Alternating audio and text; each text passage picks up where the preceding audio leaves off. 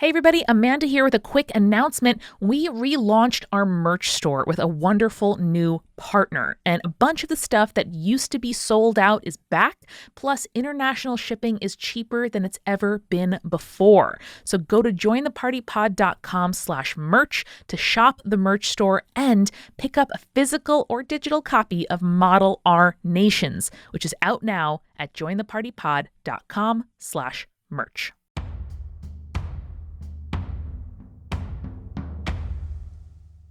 Hey, hi, hello. HR is here because we're still on a joke strike, apparently. And the three of you have not talked to me except in flat, monosyllabic answers for 3 weeks. And I'm very upset, so I have HR here, which is a stuffed animal toucan we got at PAX Unplugged last year. Yes. And we're going to finally moderate this. Correct. Yes, Eric, that sounds like a fair and balanced way to run a business. Okay, HR toucan, what do you have to say about this? You can get a pizza party if you make jokes to Eric again. Oh, shit. Eric, knock, knock. Nice. I broke Brandon already. Here we go. I want to read 50 books and then get a pizza party. Julia, you were always allowed to read 50 books. You didn't need a sticker pack and Pizza Hut to tell you. No, you I did. already do that as an adult, but it would be nice if someone gave me a pizza party. I guess that there's no formal program about it, but I assume that in some sort of way you have read 50 books and then Jake makes you pizza. Huh. In aggregate, that happens. Yeah. Folks, a lot to talk about here on the Afterparty, where, of course, we talk about everything that went down over the last 3 episodes and Join the Party, which just happened to be a particularly eventful crop of episodes here. But first, everyone is yelling, "Take my money." Model Our Nations is out now at jointhepartypod.com/merch. Eric, how do you respond to these allegations? I did it. Wait. JoinThePartyPod.com/merch? JoinThePartyPod.com/merch? Whoa. Oh, am I hearing correctly that we have our very first printed TTRPG from the mind of Eric Silver at jointhepartypod.com/merch, brand new merch store for the occasion? Whoa. JoinThePartyPod.com/merch? I can't JoinThePartyPod.com/merch? affirm nor deny. I'm trying to figure out what bit I'm doing right here, is if I'm on trial for murder or I'm still the HR representative. Are you not a crook? I'm definitely a crook, Julia. But yeah, you can look for it in the merch store. We're going to be at PAX Unplugged, Amanda and I. So if you're going to that, you can come pick up some copies in person, and I'll make a move for you. That'll just write in your book for free. Whoa! We're also going to bring some copies to 20-sided store in Brooklyn, New York, which will be great. And hopefully it'll be in more places going forward. We'll see. Excellent. Hey. Excellent. Incredible. I mean, that episode came out since we had last done our last after party. So I did just want to point out that people had excellent feedback. They loved the epi. It was a whole ass one shot that Brandon and Julia made incredible characters. Misha did incredible sound design. Include yourself in the incredible characters, please. Well, and thank Eric. you. Thank Everyone you. had a good character. Get him. Shit, Get him, right. Julia. Get him. Fuck. Get him. Get him. Yeah, Julia, take her down. No, it was great. Thank you, Misha, for indulging the most toxic podcaster habit, which is being like, put in some sound design of like a realization here. But my version was bees. What if I was a bee and you have to do that for every single time I talk? And Misha said, They did. Sure. They did. Yeah. My favorite phrase that Amanda's ever said is still loose bees. Yeah. It's really good. It's really good. And I've peaked. I thought Troy Riptide was the peak. Now, Oh, you it's can go turn Lucy's. your volume down if you need to, Amanda. Is that what you Oh, no, you're right. You're right. Sound joke. Shit. Sound joke. Shit. Should I quit? You guys should go back on joke strike. I'm taking the pizza party back. It wasn't for you. That one was for Amanda. It's a joke over correction. Eric, how does it feel to be the author of a printed TTRPG, what is out in the world that people really enjoyed, such as Jaya, quote, conference room on a moon orbiting the evil gas giant, making you evil is so fucking funny. This episode rocks. It's true. That was funny. No, I enjoyed it. I think it's a really fun game. I've played it a few times recorded now. I've played some not recorded, and I'm really happy with it. So please pick it up. I think that would be nice. Please give me your dollars. I'd really like them. If you want to break off of some. Venmo $5 to Eric directly, and you'll lose that money forever. He won't give you anything. That's true. I will give you a hint in Join the Party, the game, if you Venmo me $5. But that's unrelated to you picking up model donations. One of the secret missions should be Venmo Eric $5 and you gain a point at the end of the game. Oh, I think that's always in there. Okay. You should write just... it in some of the ones at PAX Unplugged. In PAX Unplugged, I will write, if you Venmo me $5, show your friends and you get a point. Yeah. Can you just make a business Venmo, like a one-off Venmo account where it's not your personal one, and you just throw that in? I think you should do that, Eric. I'm okay with people knowing my Venmo. I think I'm okay with it. Well, great. Then what is it? Tell us. I think it's at Eric L. Silver, I think. Or it's either at that or El Silvero. You can just Venmo me. Just do it. Just do it. Do it. I dare you.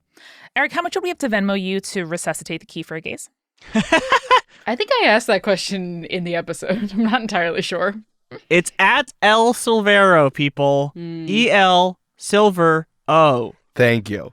I did not have my phone on me so that I can concentrate on giving you the choicest nugs for my notes. So thank you for doing that. All right, folks, a lot to get to here. Eric, if you refuse to allow us to bribe our way back to resuscitate our favorite NPC of the day, we're just going to have to go back and talk about the incredible plot beats that led to that beautiful, filled with pathos demise.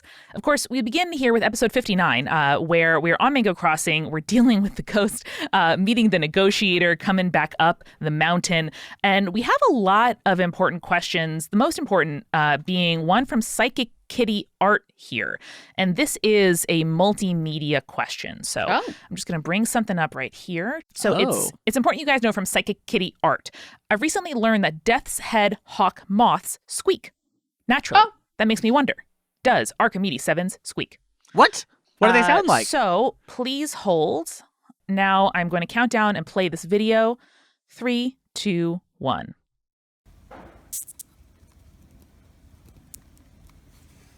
Oh, I hate that noise. Ooh, that itches something in my brain. Weird. Yeah, I hate that too. That sounds like rubber. It sounds like it's clipping. It sounds like someone is scratching their nail on a microphone, or like squeaking two pieces of rubber together. Or like on a screen, like a metal window screen. Yeah. You know? Like a holographic card or whatever. Do we think Archie makes this noise when he laughs? When he laughs? I don't think Archie's ever laughed in his entire fucking life. So maybe he doesn't know. Maybe? I think that's when he cries. Little squeaks. Yeah. Oh. Little tiny squeaky sobs. I love it. What Brandon said. He does it when he laughs. He never laughs, so he would not know. So we would never know. He lost that ability by being in the Hunger Games. Fair. Hey, HR. Yeah, what's up? Can I get a bonus for winning Eric right there? The bonus is the pizza party that I took away. Whee! It's just for Brandon now. You know what? Like, I think companies like, not Goodreads, because Goodreads is owned by Jeff Bezos, and so I don't want to support it, but like stuff like Storygraph, which is a great like book tracking website, I think they should partner up with pizza places, and once you've read 50 books within a year, you can get like a $10 off your pizza or something. That would be sick. That's an incredible idea. My sister sent me yesterday not a request for home repair, but instead a photo of someone's tattoo, like a pen and ink drawing of an old Pizza Hut stained glass lamp. Oh, And yeah, I said, remember those. I said, Bailey, that's good. Bailey, you get that shit. Bailey, that's you good. go.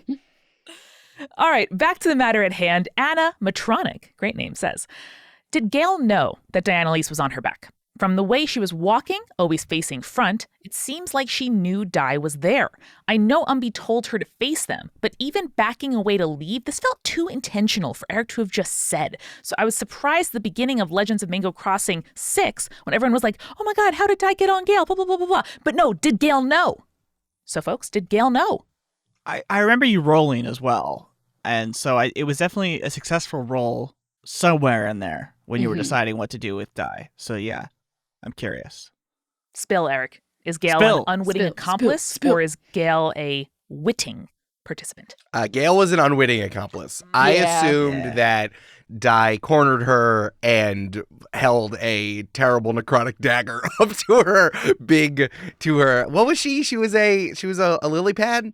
Lily pad. Mhm. Yeah, held a necrotic dagger up to her lily pad arteries and said, I'm going to tape myself to your back. And she said, okay, I'm a negotiator, like in an action movie. Right. So yeah, she was there the entire time. Eric, what action movie have you seen where someone tapes themselves to someone's back? Brandon, I've seen so many action movies that are just as crazy. Den of Thieves 2 is going to come out soon. There was an entire movie where a guy was in a phone booth and trying not to get sniped. Like lots of stuff. This is basically Collateral, the movie Collateral with Jamie Foxx and Tom Cruise with gray hair. Great movie, by the way.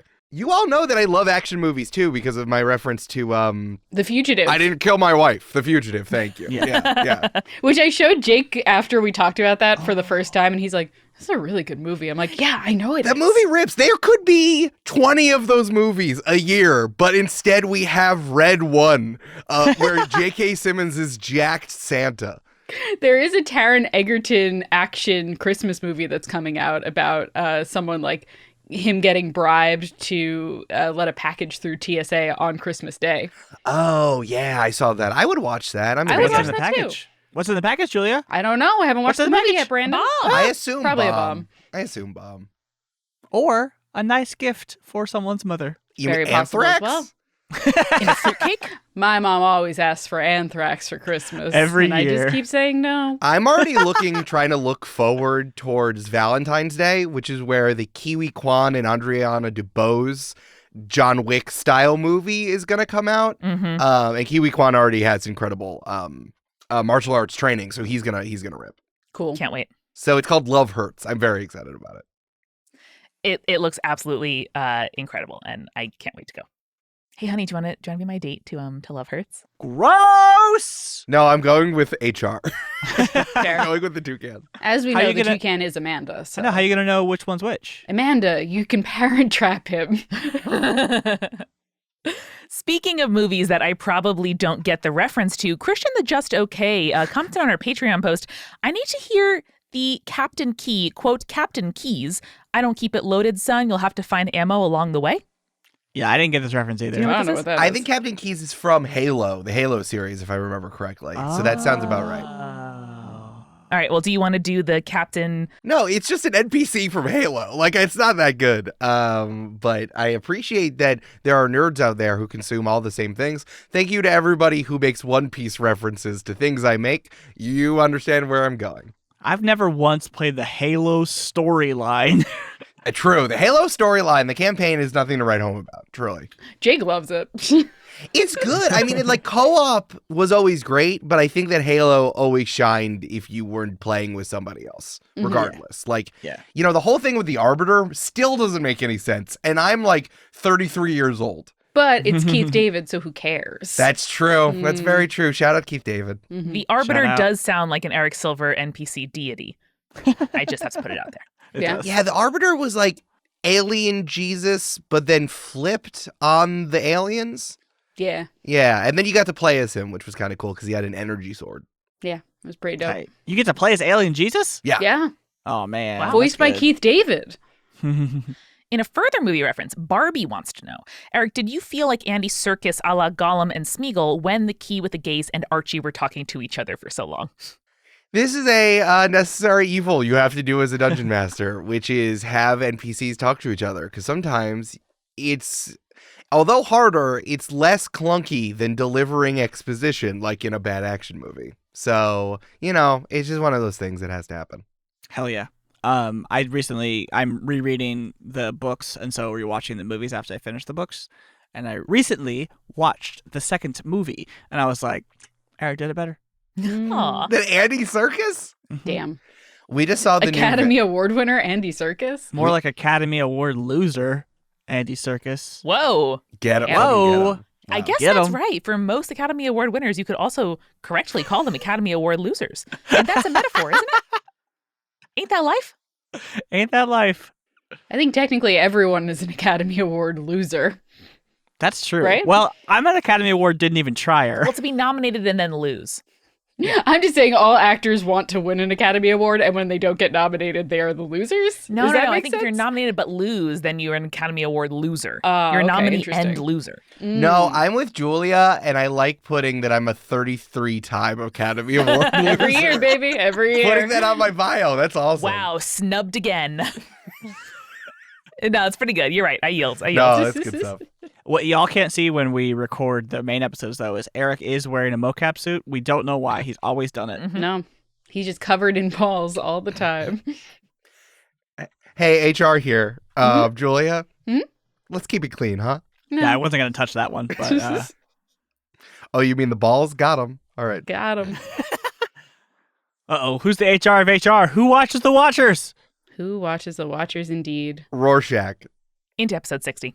As we flee Mango Crossing, there is a lot going on before the climactic final few minutes of this episode. So we'll build to it. It's really crazy. I want to talk about this for a second. So much happens in this episode, and then I'm like, hey, fuck you guys. Like, I do want to take some time to talk about the Mother Tortango specifically. Oh, I'm sorry. Real quick, before we move on to 60, I did have a quick question about the negotiator. Sure. Was that a fever dream invention, or were you always planning to have some sort of intermediary, here's path B that you could take, I just want to make sure you guys see it kind of thing? Both. Brandon, if you remember correctly, I did turn into the Joker at the beginning of this episode. Right. Because But we had Joker in a recorded... mocap suit?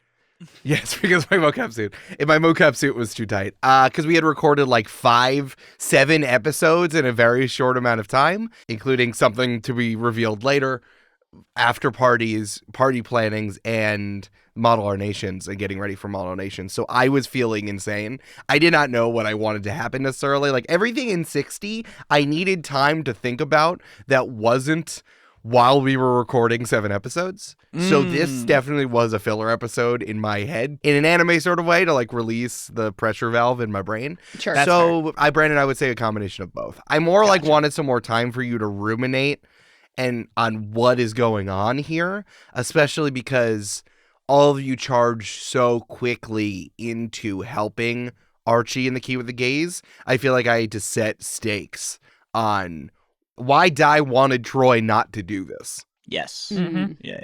I gotcha. Cool. And also I was trying to think of an interesting way to introduce Archie's like life goal. And I thought that having an interloper literally stumble into it or be forced into it was a fun way to do it. Love it.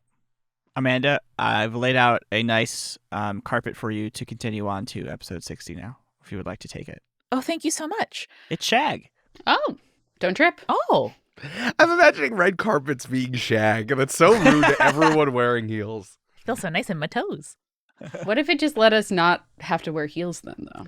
Ooh. Ideal. Julia, a Comfy. butterfly is flapping its wings, and everyone's barefoot on red carpets now. Yeah, we did it. Hollywood's different. We solved it. Why did my brain say huge for the foot community? Moving on. HR. No Hugs, Just Bugs wants to know, are the stick people duplicates considered to be green folks? Or are they constructs or automatons? What do we think?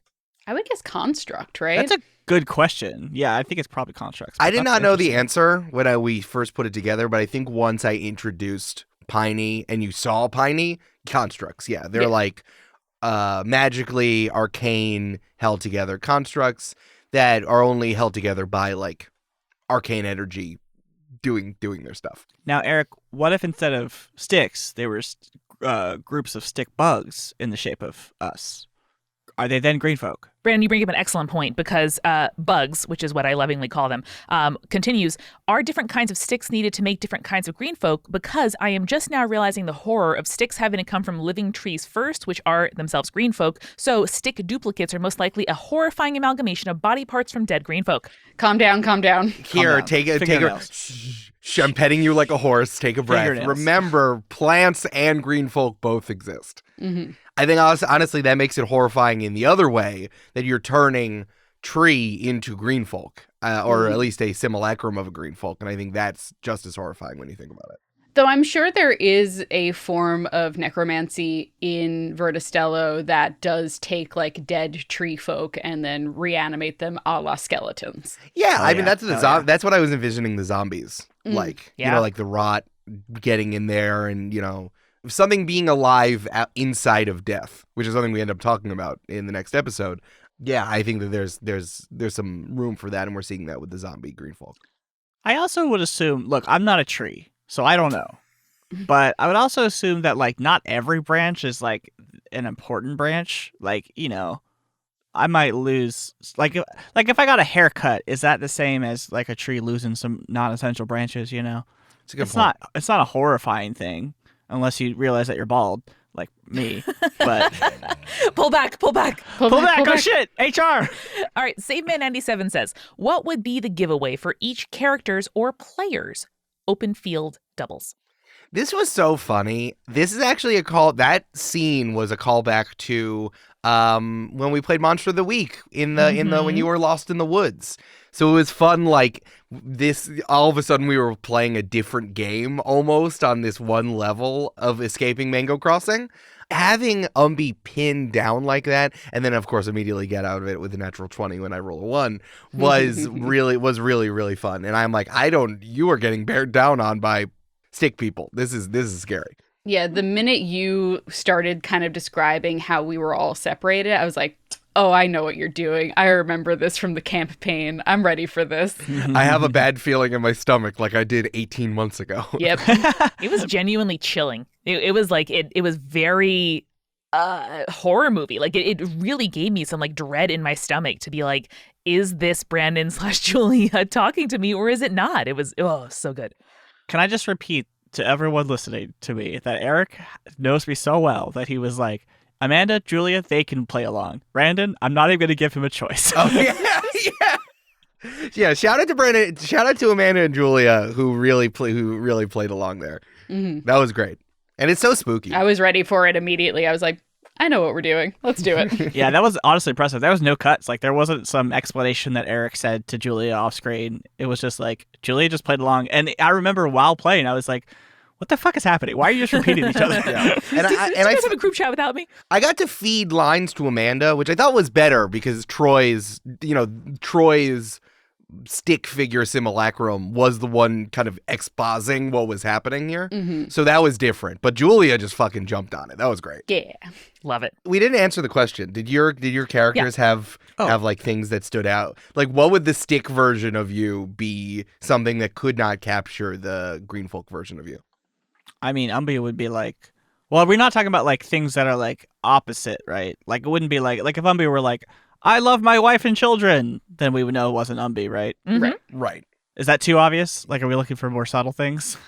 Yeah, I mean, like, so for example, I was going to play it as straight as possible until Eric told me not to.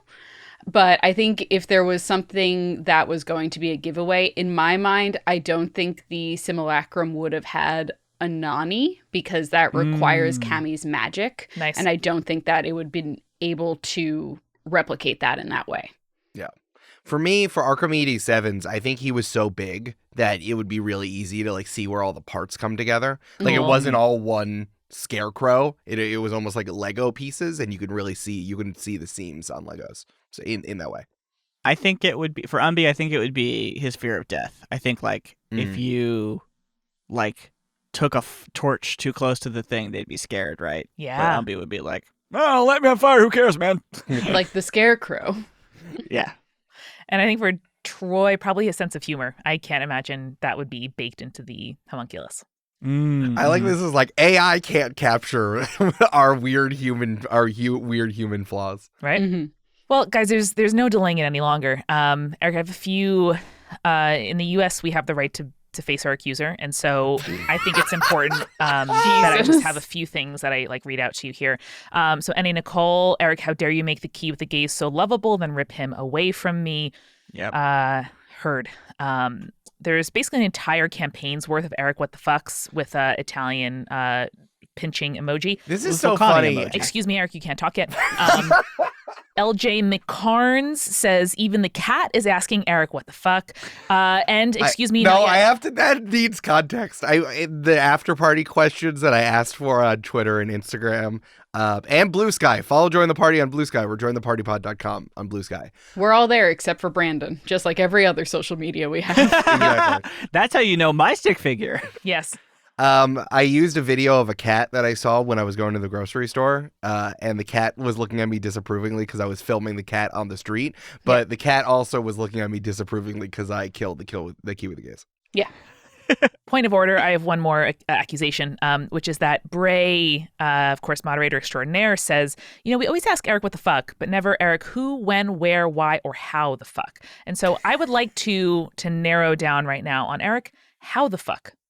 See, I think I followed up with that with Bray, but I also think that the after party is exactly where every single 3 weeks we ask Eric how the fuck. True. Mm-hmm. Mm-hmm. I'm going to ask Eric, where the fuck?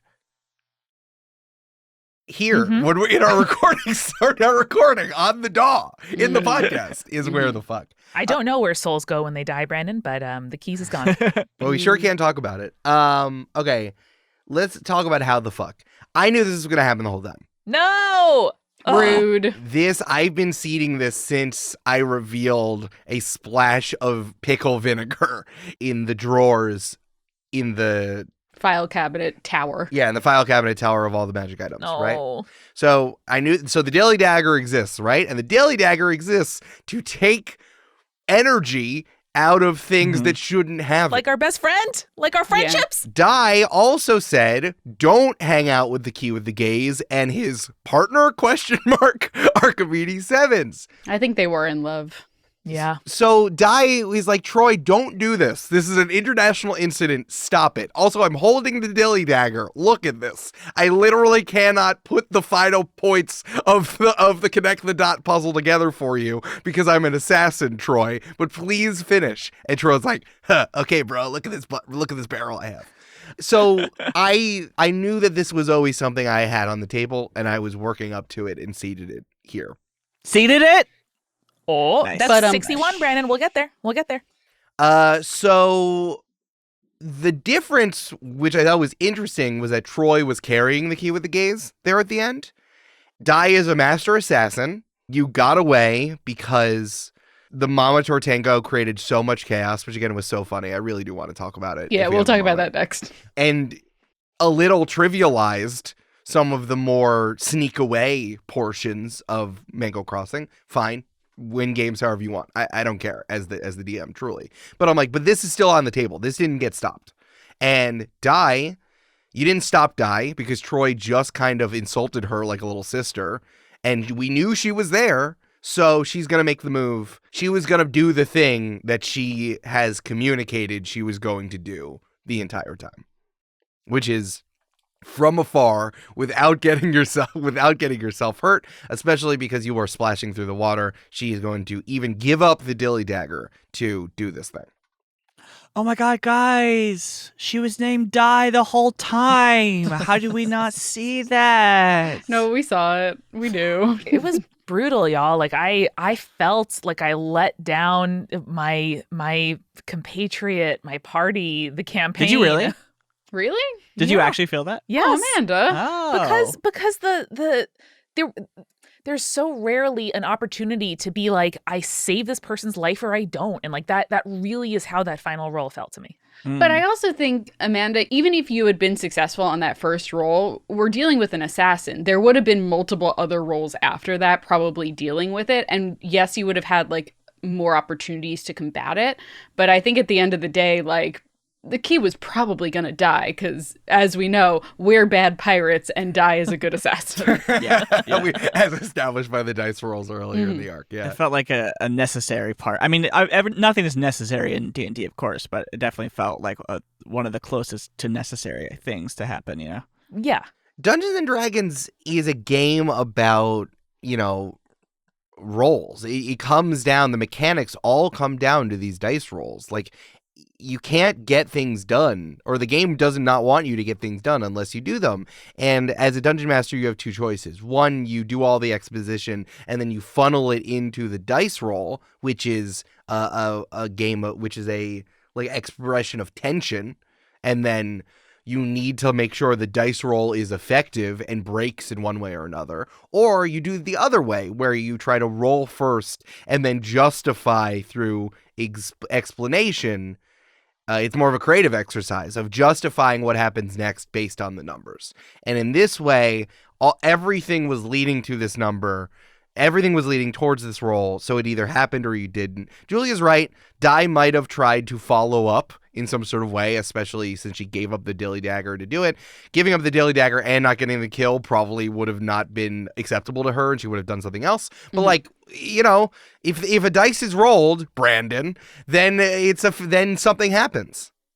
That's the whole point of the game we're playing. Brandon's like, why am I being accused? What's going on? Look, I didn't want to bring this up, Eric, but I did look through. I did control. I didn't do a deep dive. I didn't reread the whole thing, but I did do a Command F in the player's handbook, and there ain't no rule that says when a dog rolls a dice, it always counts. So well, you're not a dog, kiss Brandon. Yeah, I think you key searched the wrong words. Ass. Sorry, we're going to have to redo episode 61 because Brandon's being a butthole, so I'm just going to kill him. I do have a question, though, about 60. Yeah, I also want to talk about the Tortango Mama. Oh, yeah. Well, I was going to ask what things, levels, challenges did we skip out on, if any? Like the first level of the Mango Crossing, we used the shoot 'em up arrow to do a zipline. Yep. Mm-hmm. Was there a plan for what that like sort of challenge would have been? And the same in the last one, I think we sort of just like barreled through it. Yes, because the Tortango was doing chaos. Yeah. I knew there were going to be 4 stages, and I had some challenges for each one. Like, obviously, you kind of plowed through the reverse of how you got up Mango Crossing, which is deciding if you were going to confront like large battalions, basically, or a war camp, but the Tortango mom took care of that. Getting down was fine. I just kind of gave you that bonus for using the zip line, especially because it's like I didn't introduce the game yet. So if you do something, I'm not going to say no. I'm just going to reward you for doing it and move on. Yeah. So no, we didn't lose it. I don't think we lost anything, Cool. which I was happy about. Good. Yeah. I super didn't want to barrel through something that would have been fun to do. Well, it sure felt like we got some kind of advantage with Cammie's exceptional bond with the Mama Tortango. So, Julia, how long has this been percolating in your brain? I think when Eric introduced the Tortango, I was like, all right, I think I have spells that are going to be helpful for this.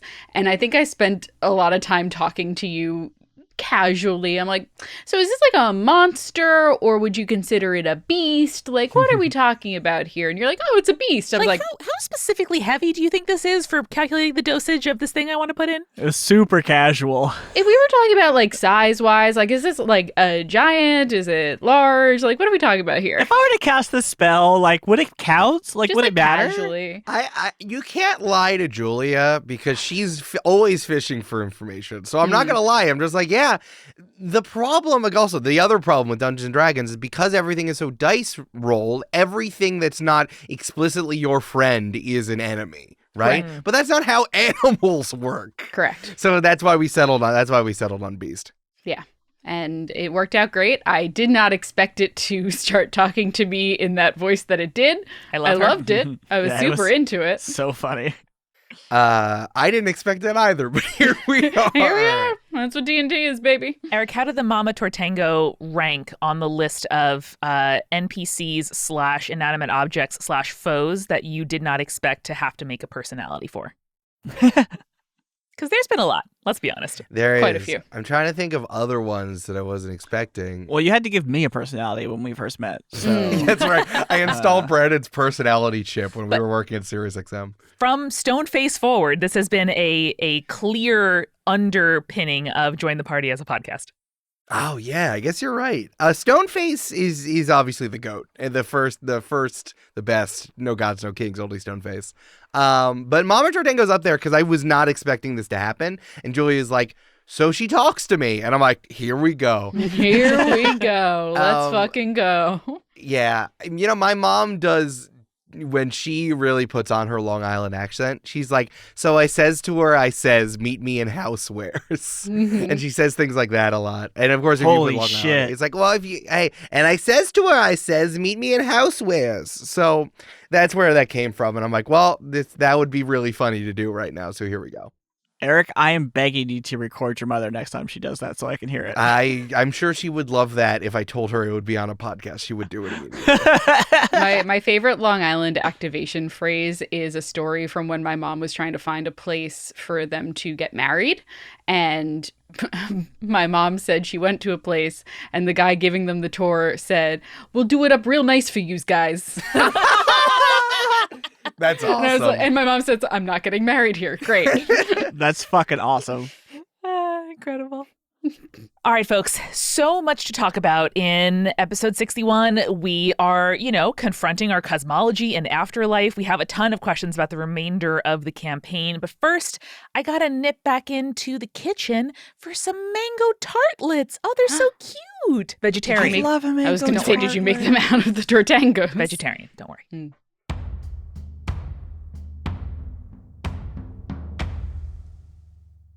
Hey, it's Amanda. I know that there are a lot of cat fans out here in the audience. I've never had a cat, and I was allergic to them for most of my life until very recently. So one thing I know about cats is that they love to lay in a sunbeam. And so I would highly encourage you, next time you notice a sunbeam laying across your desk or your couch or your bed, to just lay your little face in it and pretend that you are an adorable cat. Because I do that frequently, and I gotta say, it's delightful. Welcome to the mid-roll. It's so warm. Thank you so much, and welcome to our newest paid supporters on Patreon. Rash, Christian, the Just Okay. Christian, I think you're great because you're a patron mostly. And Martin M. We are only able to make Join the Party as good and as thoroughly and as weekly as we do because of your support on Patreon.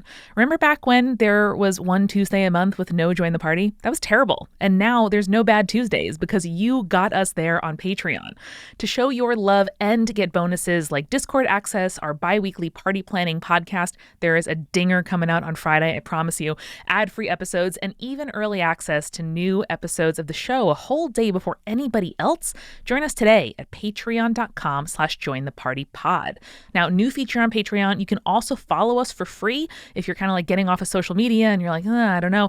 Check us out for free on Patreon. Just make an account, follow us, totally free. You don't need to spend any money to stay in the loop with all of the Join the Party news coming up. We always announce all of our news on Patreon and here in the mid-roll. So go ahead, follow us or support us with money at patreon.com/jointhepartypod. So much happening at Multitude these days, and if you're anything like me, you're probably the most online person that several of your family members know. I know there are some of you out there for whom that's true. So if this week, whether it's for U.S. Thanksgiving or just for the upcoming winter holidays, you are about to see a lot of people who are going to be like, hey, what's Skippity Toilet or whatever. I highly recommend you start listening to Wow If True. This is our newest Multitude member show, and it is your one-stop internet culture shop, explaining how what's happening online shapes the real world. And it's hosted by internet experts and real-life besties, the tech culture journalist Amanda Silberling and the science fiction author and former attorney Isabel J. Kim.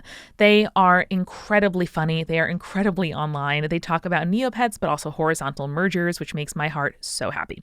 And the specific questions that they answer are things like, who is Bigelus Dicgelus? Why are Silicon Valley bros biohacking their mouths? How many secret babies does Elon Musk have? It's more than one, folks. It's a lot.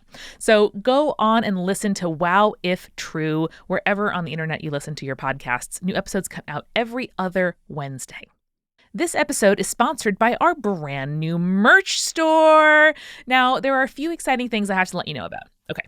Number 1, our old merch vendor, by mistake, marked a bunch of items as out of stock that were actually in stock, just sitting in their warehouse, not being able to be bought by you. So if you went to the merch store at any point since like February and thought, oh my God, I wish I could get a Tracy sticker or a Camp Diogenes poster or, I don't know, like a beautiful sticker of an AI-generated Pokemon Grumfungo that supports trans rights, you can now buy them because you were always able to. They just made a big mistake. So the reason that you are now able to actually buy those items is because we launched a brand new merch store with a brand new partner called Certified Crucial. This is a wonderful small business based in Virginia, founded and led by fellow creators, and we are cooking up so many exciting new merch items, including one that will drop sooner rather than later. But for now, you can buy all of the physical items we already have in stock, which we've always had in stock, but you haven't been able to buy since February, plus digital items like games and ringtones at jointhepartypod.com/merch. That's right, same link. So that brings me to international folks. Listen up. I know those of you who don't live in the US are like, please, I want to buy stuff, but international shipping, it's so expensive. Why? Great news. Your shipping is now cheaper than ever before. If you've been holding off on shopping at the Join the Party merch store or the Spirits merch store, which are now fulfilled by the same place, because the shipping was way too expensive, try it now. See what it would cost, because Certified Crucial is working hard to make the non-US addresses as affordable as possible to ship to. Amazing. And then finally, if you have not yet picked up your copy of Model Our Nations, the game that Eric came up with for the Diamond Knot episode of Campaign 3, which we ran an incredible one-shot of last week. It's so beautiful. The physical copy is gorgeous. He printed a real game, and I'm so proud of him. So go to jointhepartypod.com/merch to buy your physical or digital copy of Model Our Nations. It makes a great present for the TTRPG lovers in your life, and every physical copy comes with a digital download also, because not having a PDF of a thing you own in physical form is like, why? No, we're better than that. So you can buy a physical copy, which comes with a digital version, including a printable character sheet and a fillable character sheet. It's incredible. Check it out at jointhepartypod.com/merch. And remember, patrons, if you're at the $10 tier and up, you do get 10% off all merch. So go to your Patreon messages for your 10% off code. All right, folks, that's it from us. Now, let's get back to the show.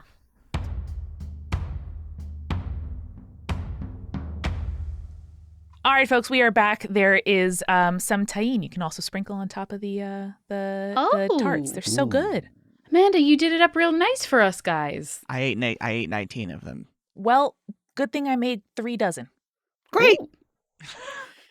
Brandon, don't worry. We have medicine in our bathroom, so I'm going to do it up nice for you guys. Hey! I'm going to do it real nice for you guys. Oh, incredible, Julia. That's the new, you think you're better than me? But like a little bit less aggressive, just a little bit. All right, folks. So we're now in episode 61 and an arc titled, Eric, sorry, what's that? Legends of the True Salmon? Mm-hmm. Are we meeting the salmon this arc? Because we haven't played the whole arc yet. I sure hope we are. I saw the Discord messages and they're spoiler tagged on my notifications. And so I was like, why are people bitching about the title? Like, what happened? What's wrong with the title? And I had to go back and look it up. And that's how I found out. I didn't tell you while I was doing it. Amanda put this as the last episode of the Mako Crossing arc, but like you're gone, so we got to do the next thing. Yeah. Mm-hmm. Incredible. Jaya was like, Legends of the what? Excuse me. And a lot of people were very excited about this title. I saw a few of you sneaky Pete's saw it on Patreon, because if you're at a certain Patreon tier, you get early access to episodes a day early than everybody else. And so you could see the title before it was paywalled on Patreon. And everyone was like, oh my God. Oh my God. So good. First, we do just have to address something important in terms of fandom. So Katja wants to know, Eric, why'd you pull a Castiel on Umbi? Guys, I'm going to have to ask our resident supernatural person, Brandon, to tell me what that means. Are they referring to when...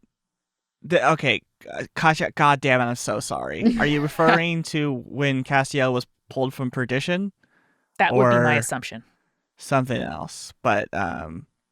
I mean, honestly, Umbi, Castiel, it's like, which one do you shoot? I don't know.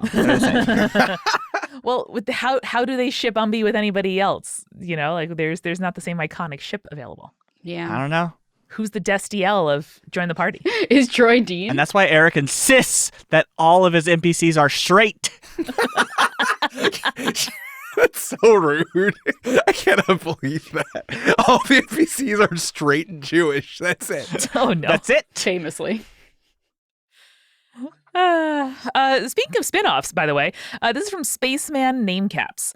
Can we get a sitcom spinoff of The Key with the Gaze moving in with the planter, where the key tries to teach the planter that sometimes you just gotta let loose, baby, and do pirate shenanigans, but the planter's insistent that the fun is messing with pirates in a maze, and it's them trying to find a healthy middle ground and the hijinks along the way. That's the new Odd Couple, baby. Yeah. I mean, they're bringing back Will and Grace, essentially, so why not? What if it's 2 men and a baby, but the waterer, the planter, and the key with the gaze is the baby? Oh. That's pretty cute. But Eric, I know you talked a little bit about the fact that you worked with Dr. Moya McTeer of Pale Blue Pod here in the Multitude Collective to think about the cosmology of this universe. And a ton of people were so interested in how specifically you went about choosing the water, the planter, seeds, the sort of like Anubis-like weighing and sorting out of your deeds. So tell me a little bit about your inspiration and how it felt to unveil all of that to us. Well, I think we're going to say some of this on the microphone, but I will say it again here because it was very important to me that Amanda and Julia did not hear this before the episode came out. Before Umbi revealed it to us as well. Right, Yes. exactly. So, Umbi's going to use the hint that the Waterer gave to him at some point, but I had to save a lot of the thoughts to myself because I couldn't talk about it. But now Julia and Amanda have listened to this episode and know what's going on, so I can talk about it a little bit. Mm-hmm. So I did talk to Moya about it, and I'm like, okay, I do want to have some conversation about there being a death god. I've alluded to this Waterer a few times, but we haven't fleshed them out at all. I want to make sure they're not Anubis. When you're doing world building here in 2024, it's just as important to not do something as do something because of how many times the same genres and cliches are tread. So there's only 2 choices because of the types of people who make a lot of the stories that come out. Either it's the Grim Reaper or it's Anubis. Those are your only 2 choices in your death gods. Maybe throw in a Hades if you're feeling fancy, right? Why, have we used Anubis in the past or something like that before? I have also used Anubis in the past, but that was more funny to mess with Brandon more than anything else. That there was a dog in the afterlife and he was hanging out with a dead cat. So I was like, I want there to be a death god, like a death life god that is called the Waterer and does evaluate your choices. Not in like a St. Peter sort of way, but in a way you need to just like reckon with yourself and whether or not you did things that you thought were like appropriate or like worthy of being like a green folk, the way that, citizens and humans have to do things for each other, not based on like a, Christian right and wrong. Mm-hmm. And I was like, I want to not be Anubis. Tell me everything about Anubis and what I can do on the opposite. And Moya was like, well, Anubis is pretty serious. And it would be funny if the Waterer wasn't serious. And I'm like, oh, that would be cool. The other thing was like, since it was the Waterer and it was about water, Dr. Moya McTeer suggested the seeds thing, which is a real thing that I know from the whole reason why this whole campaign exists is for all my plant friends. All my plant Who that? All 3 of you. Literally all 3 of you. That's us. We're little plant guys. And I thought it was interesting because it's the reverse of what Anubis does, right? Like if your heart is heavy, it's full of sin as compared to the feather, right? Yeah. Right, Spirits podcast, Boozy yes, Dive in the balance Legends? against Ma'at. Yes. Yeah. So I thought it was kind of interesting that like you want it to be heavy because it's filled with like spirit. Yeah. I guess under Anubis with Ma'at, all the seeds would be suspended perfectly in the middle like a Jell-O shot. And I didn't want it to be like a scale. Like because scales of justice is not what I'm going for. It's just like either it's filled with life force or it's not. And that's very similar to how you determine if seeds are good or not. Yeah. I love that. So good. From my good friend Bugs. That's again, no hugs, just Bugs. Bugs. I thought it was Bugs. And Bugs. I thought it was really interesting that the waterer measures a life in seeds, given that the ecological view of an organism's success in life is its fitness, defined by how much of its genetic material it can pass on to the next generation of offspring. Eric, was the use of seeds an intentional nod to this concept, or am I way overthinking?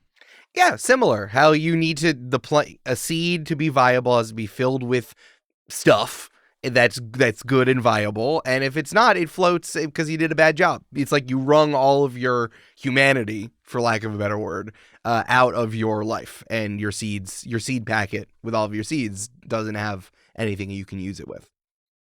Yeah, I think this is true of the world also. That much like a dandelion, where when it's a little bit changed to spread its seeds a little bit better for the seeds to find a little bit more purchase and grow a little bit more efficiently. I think a good measure of a life is the deeds you leave behind and how it inspires others to do similar things. So it's a incredibly resonant concept for me. I love this. I'm probably going to get a tattoo of like the outline of a seed packet with like a few seeds in it. Oh, really? I love that. Yeah. Oh, that's cool. Hell yeah, dude. Yeah. Amanda, you do have to tell us if you are full of seeds on the inside, though. I mean, technically we all are. Like a big pumpkin, Brandon. You know she is.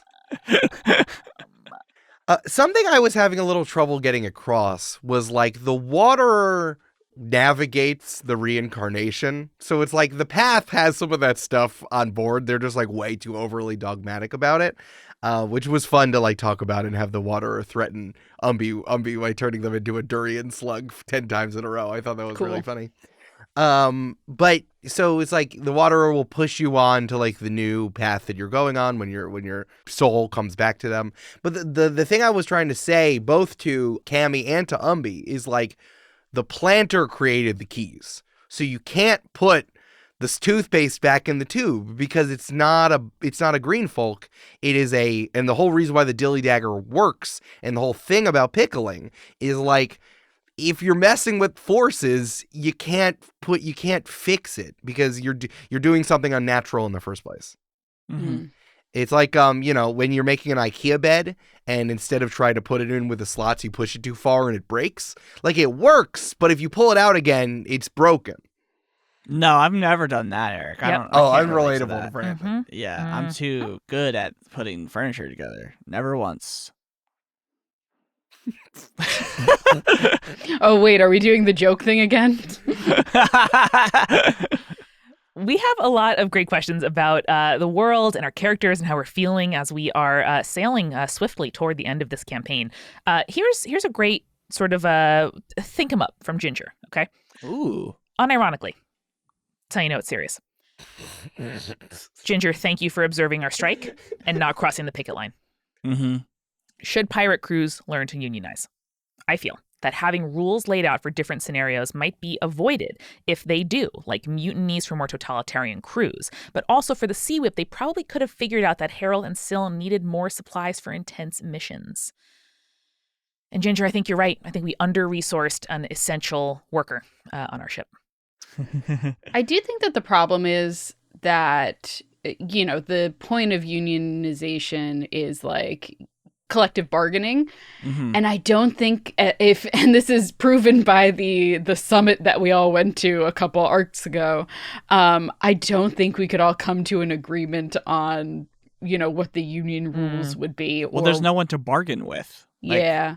Yeah, there's just like Captains I think what management. you're describing is just a bigger crew, Yeah. Like yeah.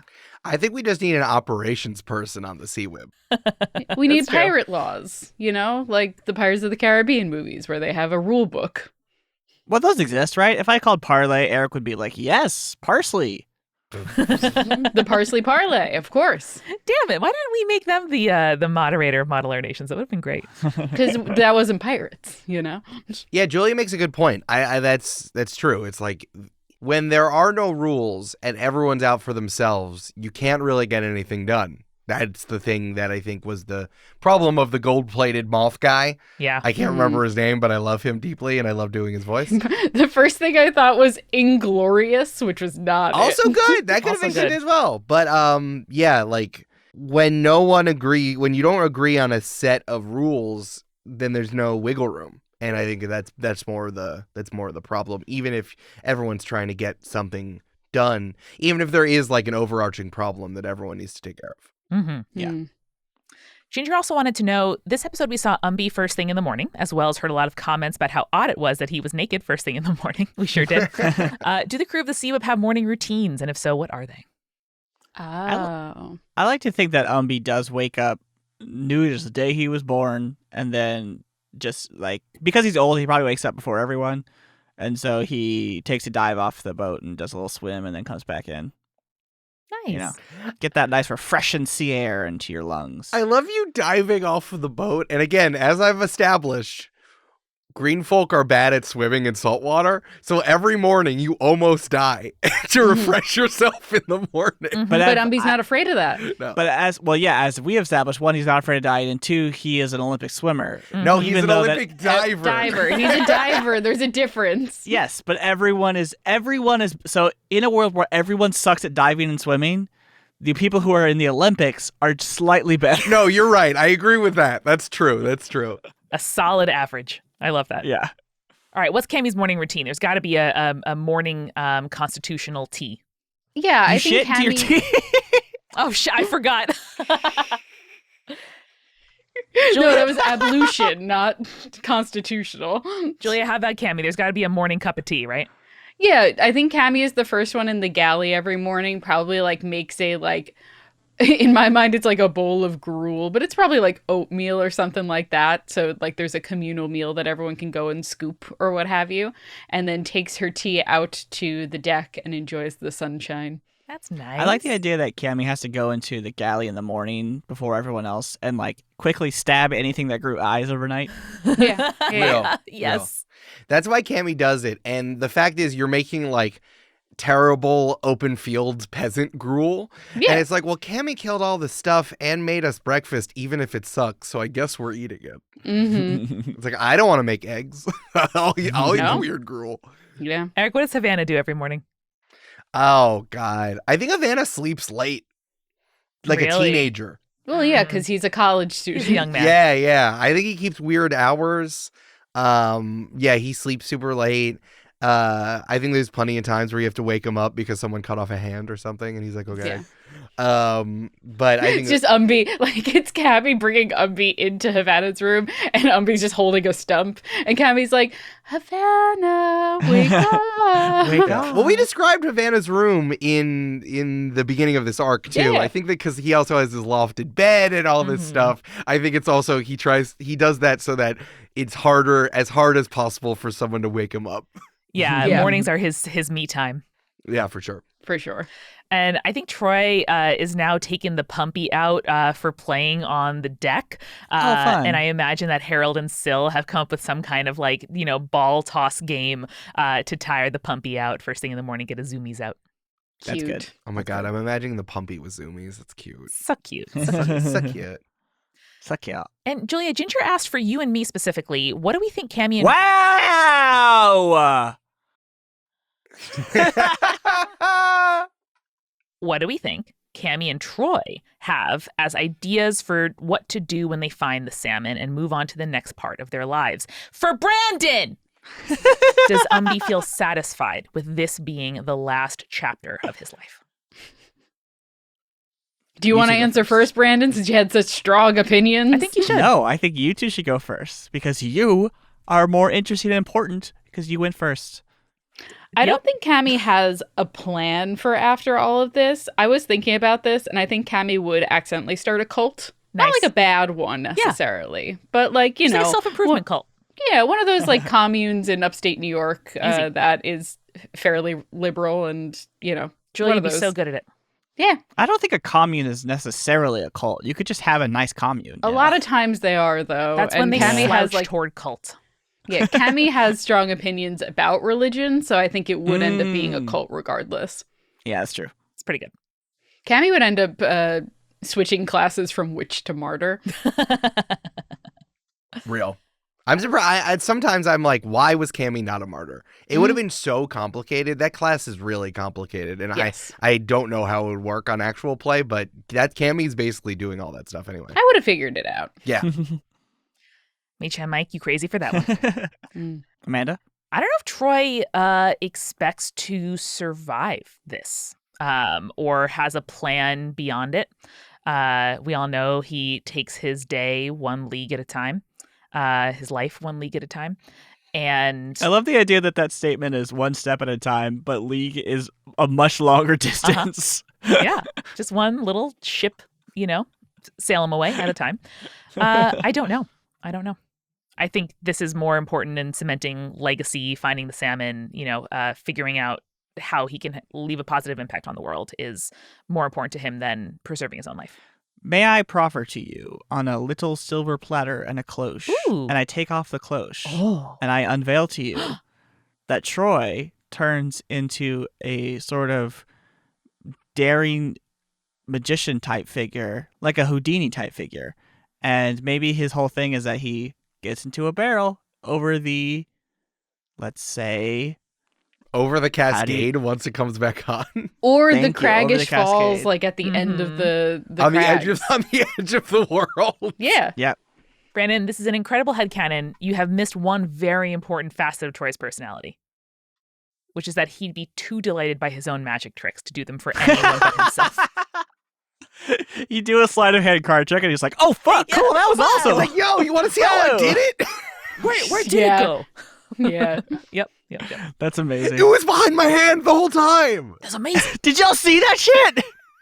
It is behind my ear. Troy would be the worst magician ever because he reveals it as soon as he does it. Yeah. I love Exactly. that. Exactly. Or is it the most fun magician ever? He's having the most fun possible. It would be so funny. You know those videos where like people are watching magician and then run around with like their hands on their head, like, yo, imagine the magician did that. Yeah, like that looping gif of like the kid going yo out of the frame. Yeah. but it's Oh, yeah, Troy. yeah. I would love that. That'd be awesome. Oh, that'd be so good. As for Umbi being satisfied, I don't think he thinks that way entirely. Well, one, he's not afraid to die. He accepts it. Yeah, he accepts His it. satisfaction And doesn't he's- matter almost. Yeah, he is religious in the sense that like he does believe in the cosmology of the world, so he's not like stressed about what comes next. He's just not like overtly religious like the open fields folks.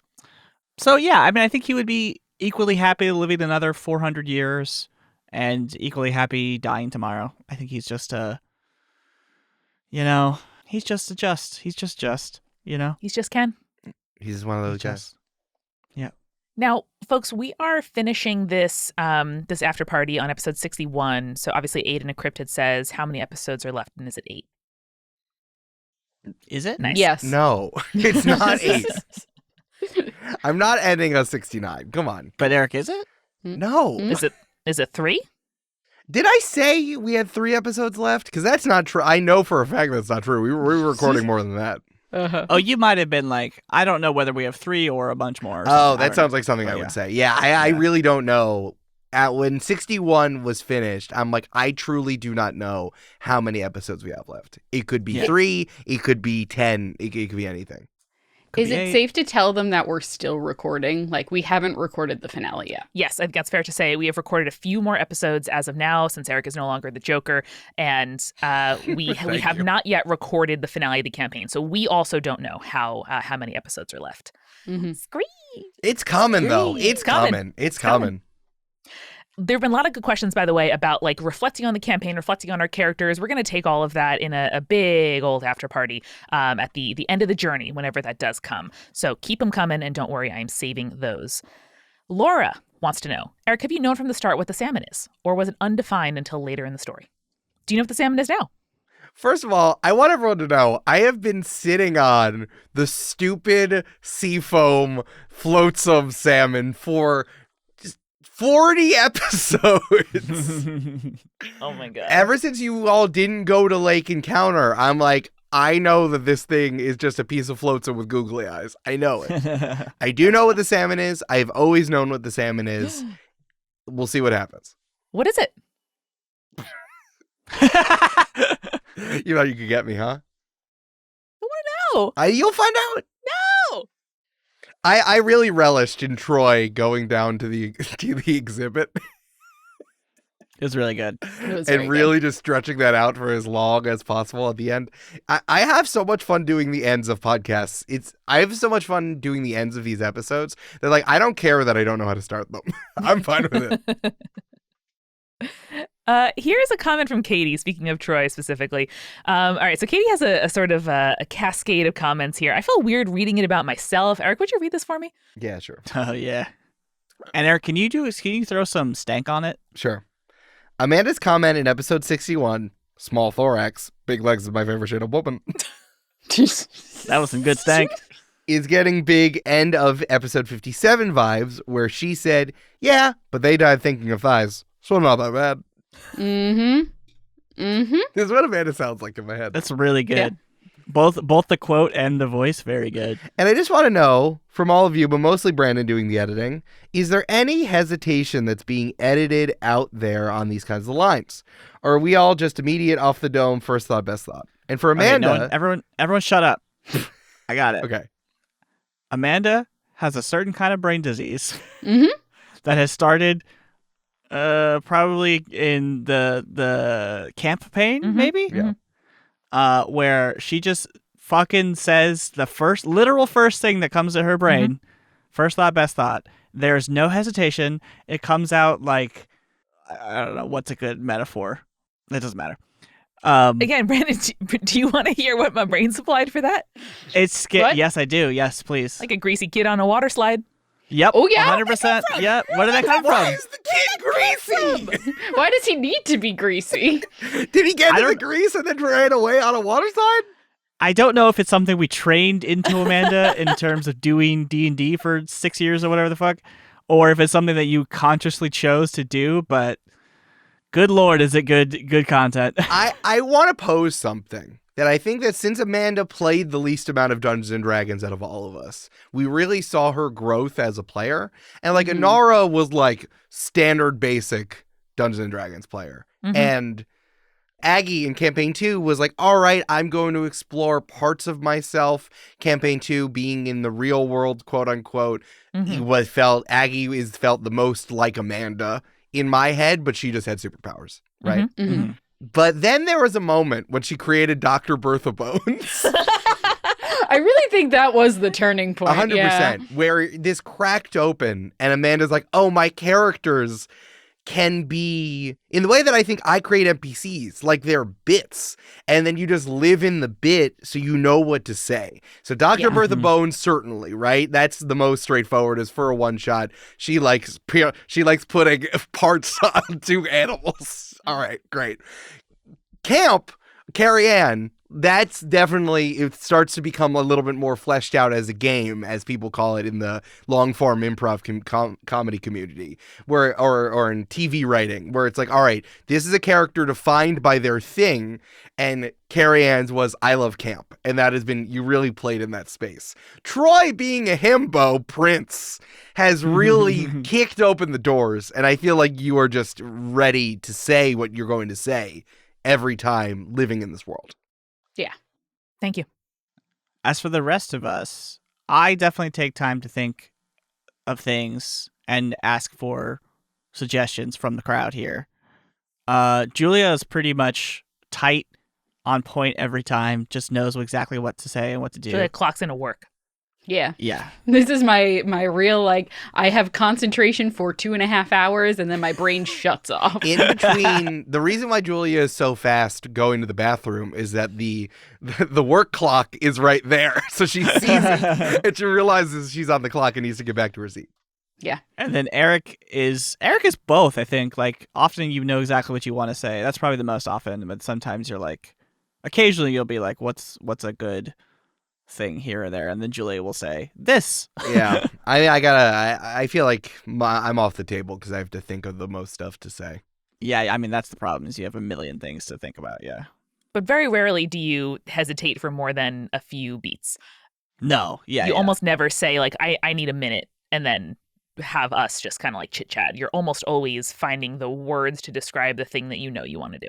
Well, I mean, Yeah. I think I don't necessarily want you all to help me. I think that's the whole premise of what we're doing is like, if I need to stop, I need to like take my headphones off and think for 30 seconds. I really do. Right. So But that's more like story generation stuff. I feel pretty good about stepping into characters. A lot of people sent me, did you all see this like Instagram clip that was going around from Sesame Street where Elmo and Zoe were talking to a pumpkin? No. Oh my God. Okay, I'm going to send this. I'm going to find it and show it to all of you. And Julia, please put the audio of this in here because I've never felt more seen that this is how I do characters. Mm-hmm. All right, let's go. Here's the clip. Wow, Elmo didn't know pumpkin patches could be so surprising. Very surprising. Hey, you're a talking pumpkin. That's right. I'm a talking pumpkin, and I got lots of things to talk about. Like what, Mr. Pumpkin? Well, like all the great stuff you can do with us pumpkins this time of year. What kind of stuff? Pumpkin stuff. Look, check it out. Deeply Eric-coded. Deeply Eric-coded. You're right. So it's like if I'm not delivering story or exposition or I got to think about what happens next, I usually, like Amanda, like just I'm trying to get into the game of the character that I've made, and it's usually stuff like this. Like pumpkin stuff. Pumpkin stuff. That's Incredibly really good. Eric-coded. Us trying to grab information out of NPCs, and Eric goes, pumpkin stuff. It's like this NPC is a pumpkin. It does not know what's going on with the diamond knot. Fair. I do think that Eric is by far the quickest out of all of us in terms of improv brain. Mm-hmm. Julia is the most composed and second quickest. And then me and Amanda, if we shut our brains off, we could do some crazy shit. Mm-hmm. Yeah, that's real. Yeah. But our brains get in the way. Yeah, Katie wants to know if my brain's always in this place and I only let you see small pieces or if it comes and goes. This is always happening here. It's always like this in here. And this is a safe space where I can let it out in the slightly different from my own voice of a himbo butterfly, which, part of me wishes I was. It seems simple. It seems nice. It's interesting. So we do have different brains then because my brain does not do that normally. I have to completely shut it off and just go straight from heart to mouth, I guess, speech. I'm like an AM FM radio where the AM radio, it's shouting bullshit at me all the time. And then the FM radio is what is, in the forefront most of the time. But here in Join the Party, I get to just let it ride. Yeah. I love it. Katie also says, these are my favorite parts when Amanda says wild shit. I've listened to them several times now, and the first time I listened to 57, I was working my library job where I shelve returned stuff in its appropriate places and was giggling uncontrollably in the children's section. So thank you for the highlight of my day. Yeah. People in the library are like, why is there such a large sounding child? Thank you for listening to our podcast at work. Yes. Wage theft with us. Also, thanks for being a librarian. That's tight. Right? Yeah. Awesome. All right, folks. Any final words here before we move on to spoiling that plank? Smattering. We didn't get a chance to talk about it that much, but Cammy calling Baba Rutabaga So good. was really good. I thought it was, I got to do weird stuff like having her reach through Nani, which I thought was really fun. Someone said they screamed at one of those points. But also Baba Rutabaga doing the most mom shit possible and like slamming so many That was cabinets. very funny. And then she had like a guy in a cauldron. So good. I was like, yep, this is your mom witch. Here she is. I loved that scene. That was very fun, especially because like I was going into it very emotional from Cammy's perspective, and then it being so like relatable but also funny was mwah, chef's kiss. And may I remind you, Eric, the guy was not in the cauldron. He was the cauldron. Oh, that's right. He turned His into mouth was the the cauldron. cauldron. Yep. Right, we turned him into the cauldron. That was awesome. Cammy's like, okay. Yeah, there's a hard thing and something I've been trying really hard not to do, which is be like, when you all ask me like a world building question, I can't just be like, I don't know. Maybe no one knows, because it's like you need to know because it's fiction. Like Right. This isn't the real world where we don't know where we go, where we die. People do know where you go, where you die. Brandon, you were talking about being religious. It's a different thing about being religious when you know that gods exist, right? Yeah. And you've seen them and you can talk to them, and some of them are jerks, like the planter is. I really imagine the planter being like very uptight and the waterer not being. And that was the whole thing I was getting across during the conversation between the waterer and Umbi. So I tried really hard during that conversation with Baba Rutabaga and Cammy to be like, all right, I need to stick to my cosmology that I'm about to reveal with the waterer of like, you can't bring the key with the gaze back because the key with the gaze is an unnatural creation only from the waterer. Mm. And I think that's really important to try to get across. If someone would know it, you have to balance the human thing of a child talking to a parent or trying to explain the unknowable to someone who wants to know, right? And then Baba Rutabaga probably knows. So it's like, how do you bridge that emotional gap and trying to be sensitive and soft with someone while also saying, yeah, the planter's a stuck-up butthole and there's nothing we can do about it. I saw him once. Yeah. Mm-hmm. It's like, yeah, you could try to Hercules or Euripides yourself or Orpheus yourself, but I'm not letting you do that because that's stupid. I know people who's Orpheus themselves, but I'm not letting you do that, child. Don't do that. Fair. I'm sure there's a whirlpool somewhere you could jump into, but that's a whole other campaign. Mm-hmm. I bet Orpheus is like a bell pepper. Yeah, I like it. That's pretty funny. Or a cicada, like a loud bug. Mm. Real. That's good. It's like, whatever you do, don't fucking die. And they go, mm-hmm. Immediately fucks and dies. All right, folks. Lots coming up. We haven't played all of the episodes that we're going to be talking about on the next after party, so we don't even know all of the plot that is going to be happening by the time we get there. So lots of questions about, is this the final arc? Is this the real Salmon? What is going to happen on the ship at Lake Encounter? Question from Sharp Snooter. Could the key... Wait, Amanda, I gotta get on the plank first. What are we doing? Yar. I gotta get Yar, on the back by a plank. safe distance. Avaschi. You're not... I don't stand on the plank. No, No. you're not going over the plank. The questions are going over the plank. Oh, I've been going over the plank the whole time. Brandon, that's why you're so crusty with salt water. That's why you got pneumonia. That's why Brandon's covered in barnacles.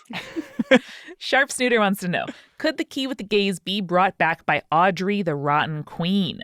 Can you revive or zombify something that technically wasn't alive in the first place? I would say no. I can't. If I can't let Cammy do it, I can't let the zombies do it. That's, I think, the finality of this whole thing is like, like assassination in the real world is a big deal because that person's no longer here anymore. You turn them into an object. But True. when in a place when you revivify, what does dying mean? But in this particular case, it's like you sure did turn this lifeful creature into an object very fast. Yeah. We had a couple questions about, will the rotten key have to take the key with a gaze's place? That we don't know. Interesting. And Anne, I have so many questions about the theological implications of the planter versus the waterer. Can you choose which deity you go to after you die? What happens? Who can say? I know one character's gonna find out. Who can say, Anne? Who can say? Havana. There's another question here under the spoiler plank from the Newsette Gazette. Oh, Is it from Brendan Grugle? oh my! It's Barnden Gargle. Oh no! And it's does Umbi have a family? Does he have kids? Was that Umbi's real daughter? God, that was great. The bar mitzvah again was awesome. I really like that. Oh my God. The idea of just like a catering hall filling with water as like people's party dresses start to poof, like chilling in the best way. So good. I mean, the waterer challenged you. He'd be like, those weren't your real kids, right? And Umbi was like, no.